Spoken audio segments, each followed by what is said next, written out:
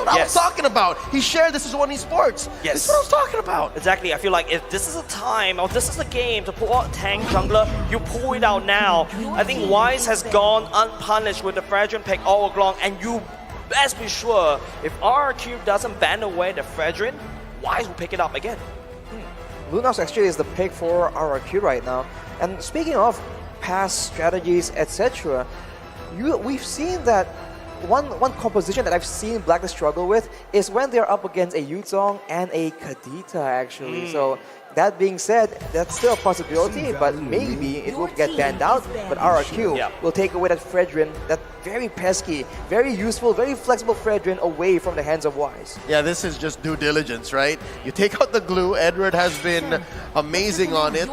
I still believe that's an understatement. And you take out the Fredrin. I hear you, man. I think they have to start pressuring even Oheb all the more because he did so well with the Brody, did well with the Claude. The answer by Blacklist, they want to quell and stop Baby Alien from coming through the backline. There's the Fanny. Would not be surprised if it was a Ling. The second ban might be a Ling. Second ban coming out from the side of Blacklist definitely is going to be a Ling. I feel like Blacklist International has quite successfully clipped the wings of Albert. RRQ on the other hand, it's their time to ban. I'm thinking you stick to the Barats. I think the Barats in this particular draft coming up from Blacklist International is super strong. The amount of pick potential that you can do, but no, they're focusing on the Brody instead. Had to mention it. Brody, so I think they're gonna try and target Oheb potentially if they can get. I mean, again, they have a Yuzong already with a Lunox, so if they can make sure that Oheb does not have a very secure, a very safe hero, they can try and shut him down despite the fact that there is a Pharsa and there is a Benedetta. If Oheb cannot scale, then the whole Ube falls apart because the main damage output is still in the hands of Oheb. Are they allowing Oheb to pick up the Claude? That's still out there. I feel like that's a very big question, right? I think when I'm looking at the bans coming up from RRQ, I may not be the best drafter out there, but here's my 2 cents, right? You're half banning, technically speaking, in the last point of time, but no, it's going to be Blacklist, limiting that gold lane, the marksman pool even further. So what's left out there? Irithel, Clint, Beatrix, Harith. Leslie, maybe. I mean, I'm a big fan of Leslie, but I feel like, I'm sorry, this is not her meta. Yeah, no, the Yuzhong is there. Yeah, not with when you even Yuzong over there, but wait, I haven't heard this in a long time, but ours, it's gonna be a Ling from Albert. That's the Baby Alien. Again, we read this second ban from Blacklist to be the Ling. Yeah. They didn't do it, and of course, that's a bait. RRQ obliges. There's the Ling. Oh, are you... A bait? Could be a bait. Could be. Like allowing it? Like, I mean, we've seen that they were able to completely shut down a purple buff reliant jungler. Correct. So letting the Ling go, this might be exactly what they're aiming for. But of course, Albert is no stranger to those situations, so we'll have to see. I think it'll all come down to the rest of the picks. That's right, Arashi. I think it's all about, whether RRQ realizes that that's a problem. Because if you watch that previous game, Albert has no purple buff for a good whole 10 minutes of the game. He's practically useless. Yeah, so far Blacklist has been able to solve the Lancelot, the Fanny, and then now that the Ling has come through, we'll see if that's actually in the cards as well. And eventually, of course, the Aldous makes it through, and then the Harith. Both signature picks for the remaining players of Blacklist International, Wise and Oheb. One more pick for RRQ to try and address this issue right here, but it's looking very, very solid. Signature picks all across the board for Blacklist. It's a bit surprising how we ended up here, but considering their hero pool, you can't really say you're that surprised for Blacklist. No, I think the biggest question is a lot of stress, a lot of pressure will be on RRQ. It's up to Vin with the Kanja to try to pick up the right targets. Do you pick up, the Harith that's zooming around? Or do you pick up the Aldous that's going over to the back line that just wreaks havoc? It's basically like a dive comp coming up from Blacklist International as well. And there's also that global map presence that could match that Ling as well. So this is it. If I may, it's a dive comp with a global box. Because again, you have the Pharsa, and then you have the Aldous Chase Fate. So as long as Blacklist plays their tempo, then they can do what they're planning. But with the way RRQ drafted, might not be so easy. They have a Yuzhong, they have a Kaja, and then they have a Ling. So there's a lot from the early, mid to late that they can do to disrupt Blacklist International. And this is a pattern we've seen from game number 1. When there are too many problems that Blacklist need to address in the middle of a chaotic fight, sometimes one or two will slip through, and that is all RRQ needs to try and get an advantage. We'll have to see if they are prepared for this essentially triple dive coming in from RRQ, but ladies and gentlemen, we're going into game 4, possibly match point. In the studio, we are throwing it over to our Bahasa counterparts. But for all of you all around the world, welcome to the land of Dawn. This is match point. Blacks International sitting at 2-1 against RRQ Hoshi. Really, I cannot emphasize this enough. Match point is what's at stake here, ladies and gentlemen. This is game number 4 in the favor of Blacklist International. RRQ, it's up to them to try to equalize. Results has not been well for the side of RRQ, but Blacklist International, this is still, technically speaking, a upper brackets. I've seen this again and again, but the Aegis has been used very early by Blacklist every single time. Yeah. And look at this roam coming in from Haji. Oh, that's Might just pay a off. lot of damage. The Petrify will be able to walk on the way. It's now Edward time to fly away, but Clay is there. He's trying to do it chaos, but the stun coming out from Clay. What is going on for the side of Blacklist? An eye for an eye. Edward missed it, and that's just how the world goes. Everyone blind when violence rules. Oh man, this is what I was talking about. This is what we were talking about. Yeah. If RRQ puts so much on the board, Blacklist can't answer back. Another thing that RRQ needs to really pay attention and take advantage of this is the potential, the fact that early game, Blacklist should be weaker.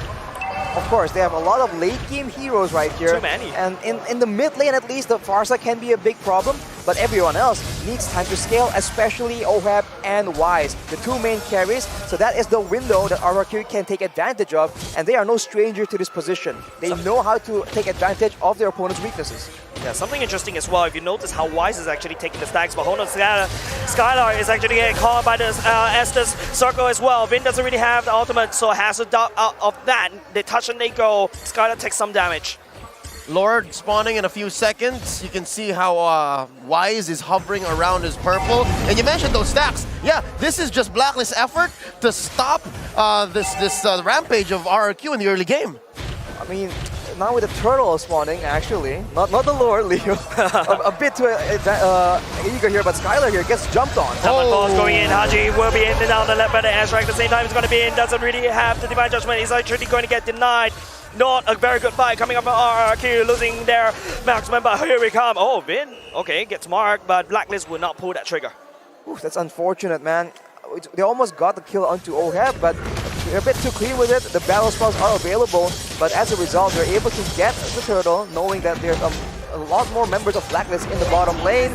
Edward is coming in, being a bit of a menace there. But so far, it's still pretty even, and Blacklist are the ones actually with a bit of a gold lead, not the start that RRQ is looking for. You know, Arashi, I will agree to disagree right here, right? Because you don't want to be even against a late game comp. You want to be ahead. Right now, RRQ is just barely scratching the surface in terms of the gold lead of Blacklist. But let's take a look at the items, Leo. Well, I mean, you can see that the Farsa is building towards the Clock of Destiny.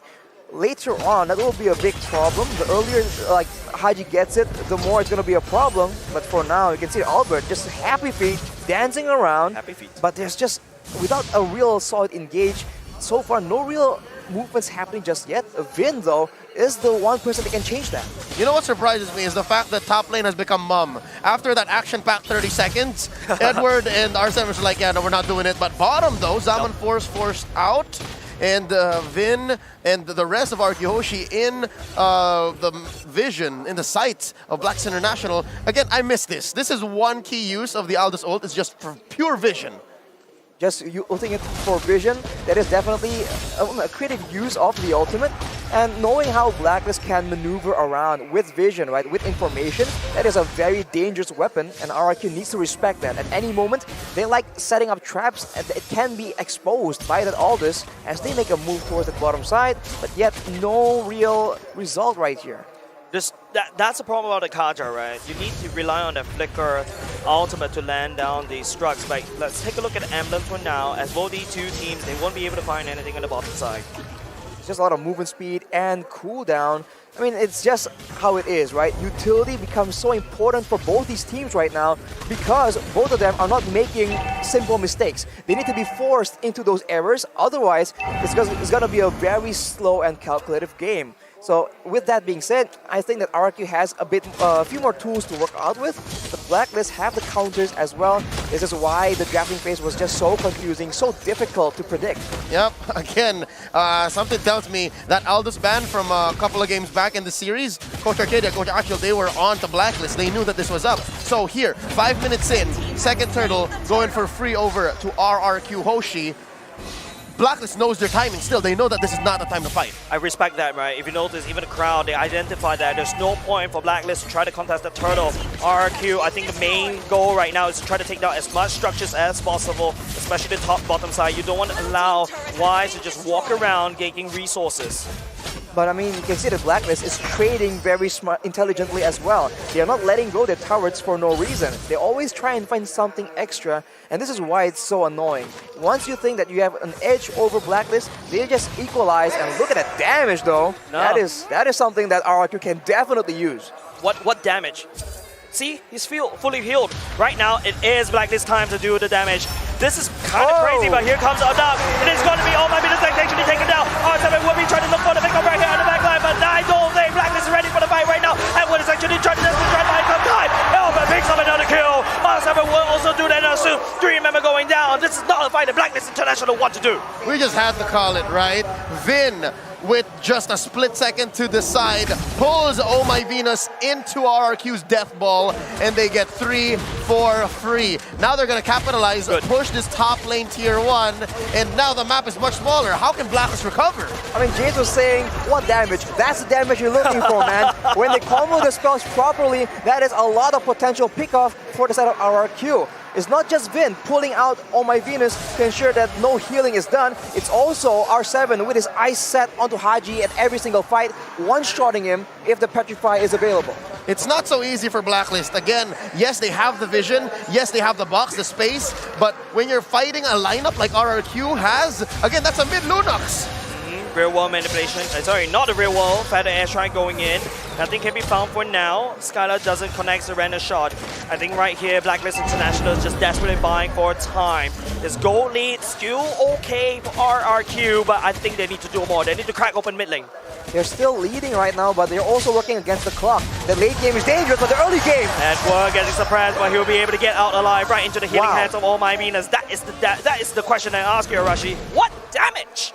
Well, fortunately, Edward was able to survive in the situation, and all Blacklist are the ones actually trying to make a play, but they're sandwiched between RRQ. That might not be the best result. And not only just that, it's going to be Skylar getting tagged by the Elders as well. Haji going in, the Zaman Force already commented at the same time. Lunos is forced to use the Brilliance, but now R7 is looking for the engage. Elba's trying to look for the backline. It's going to be the Zaman Force, but Elba will be taking down the Queen for now. This is not a fight once again. Blacklist is not ready, and they will lose 2 members. This is a battle of combat mobility, right? There's map mobility, there's combat mobility. You saw how Wise had to walk through the walls. You saw that he was like, oh, Albert, that's not fair. You're on top of the walls. He just couldn't join the fight. And that's just one weakness that Blacklist has built in. And now, RRQ's going to choke off those resources. Personal. Yeah, this is tough. This is revenge from game 3. RRQ is saying that this is personal. Literally taking away the purple from Blacklist. Looking at the items right here, Blade of Despair and a Malefic Roar completed for Skylar. It's going to be a lot of damage, but looking at R7, he only has the Hunter Strike. That will be plenty to deal with any squishy member. And as you mentioned, Leo, if they can't kite away, if they can't find ways to survive from the Black Dragon, it's going to be a very tough backline play for Blacklist International. And look at the clapback, right? Look at the capitalization of RRQ. Straight up, going for that inhibitor. They popped the shield, they left a little bit of Oh, my Venus! No way! Vin going in for the dub! Normal healing from the side of Blacklist, but it is going to be RRQ losing R7 for just that. Wow, that was a great play, but R7 goes in very, very aggressively. and unfortunately he gets taken out. It might not be the best scenario that RRQ is looking for, but nonetheless, they're taking away all the turrets available for Blacklist, trying to make sure that they have all the macro advantages they need to deal with an Aldous in the late game. You know what's curious is in that engagement, Oh My Venus didn't use the ult, Oh My Venus didn't use the Aegis, so something tells me it was all according to plan. Exactly. Blacklist, Oh My Venus has died probably 2 times already without activating the ult, without activating the Aegis. This is not a very good game. Blacklist is still not on form yet. Right now, RRQ, they have the tempo and they're trying to push as much as possible. This is, once again, a little bit too personal against Blacklist. They want to make sure that they get all the buffs available denied from the side of Blacklist International. But Haji secures it. Haji secures that. But yet Haji is able to secure it. This is why it's just so irritating. But now, knowing now that R7 has the Petrify available, this is going to be a very dangerous fight for Blacklist to try and commit to if they want to try and contest this Lord. Yep, it's already spawned, and there's 4 men here. R7 in the wings. Clay just making sure that they make quick work of it. And just like that, Blacklist on the back foot. Wise securing what little resources he can. Run, Rise! Oh, that's all of RRQ on you. Finn, the conceal play going in the slow, and here comes those down. Wise will be the backup of RRQ's feisty pickup.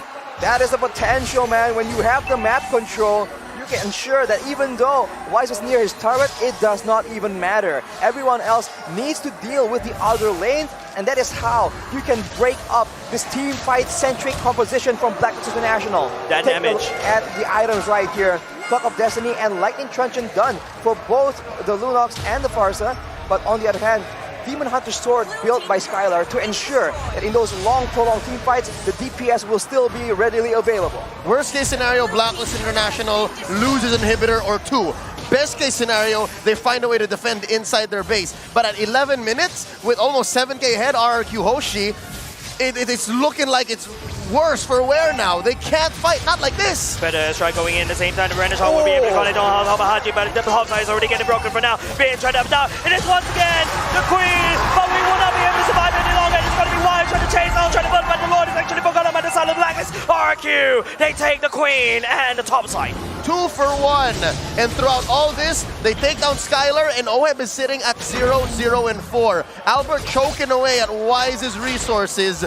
Arashi, at what point can we say that Blacklist can clap back and Blacklist find a way in? Because so far, Hoshi, I think they're willing to make these trades for permanent objectives. I mean, RRQ, they have lost like 5k gold lead, but now Haji's in jumped on. Oh no, that is big problem for the side of Blacklist. It's going to be all trying to desperately try to shut down the dreams of RRQ, but he will lose his life as well. It's just 3. It's a scrappy fight. This is a reckless trading being done by RRQ, and it's not good. Whenever teams start trading kills back and forth, the team with the late game composition usually comes out on top. With a Harith, with an Aldous in their squad, it's going to be a bit dangerous for RRQ to keep doing this. They have to play calculated and ensure that Blacklist gets locked into their own base, because otherwise it's going to be very difficult. Man, look at this. Wise is just like getting free stacks. Yeah. Just serving up to him like on a silver platter. Like a buffet. Like a buffet. Like a buffet. He's building a hybrid. This is the El Clasico Aldous Blacklist build. You have the Brute Force, you have the Thunderbelt, 1 Malefic Roar just for sure, just for safety, and then he's building an Athena's Shield. For RRQ Hoshi, I mean, again, they've grown so much from the draft from game 1 to 4 so far. Coverage, check. Protection, check. Aggression, check. And now, this is a Luminous Lord. This could be it. If RQ takes this, and then they win more team fights, it's over. We're going to game 5. It's about the positioning of Haji. That's a lot of damage coming out with Skylar, but Oh My Venus is around there. I don't like how Oh My Venus is actually positioned, and once again, right into the head of Finn! Real One Animation desperately trying to cover the damage, but R7 will be there. It's going to be in the middle of the Blacklist International, but here comes Wise! He is hungry for the kills, and Blacklist International shuts down RRQ. 3 for none! 3 for none, and they're gonna go for the Lord right at the least point, right where you did not expect it. Blacks International claps back in just in time. R7! Oh! R7, another point over the side of Wise. The stack is so unsurmountable. Haji forces the Albert to run away. Lord given over to Blacklist. 4v1 Arashi. What's RRQ to do here? They have to try and recover, man, but the gold lead is down to 1.4k only. It is a very dangerous situation for RRQ to be in. I was about to say before the previous fight that Edward is the unseen member that can be a deciding factor in these big fights, and he completely delivers. He turns it around, and now Blacklist are the ones with a gold advantage. What a disaster for RRQ. Once again, it's so weird to be fighting on this side of the map. Haji activated by the airstrike at the same time. Bin wouldn't be able to catch up for anyone for now. It's going to be RRQ zoning the Blacklist zoning RRQ away. For the better part of 15 minutes, I get you, Jays. The fact that we haven't seen Blacklist cross the river in so long, that's just the result of the hard work of the mission accomplished by Agent Zero. You're right, Edward has been doing so much to draw lines across the map to make sure the Blacklist can make moves and can clap back the way they have now. And just like that, the gold lead swings over it. Is that, Albert failed! Albert take it. missed the purple and will get ultimate right now. It's Pandemonium over the side of RRQ as well. And this is a big problem. Blacklist International has a bit of gold lead.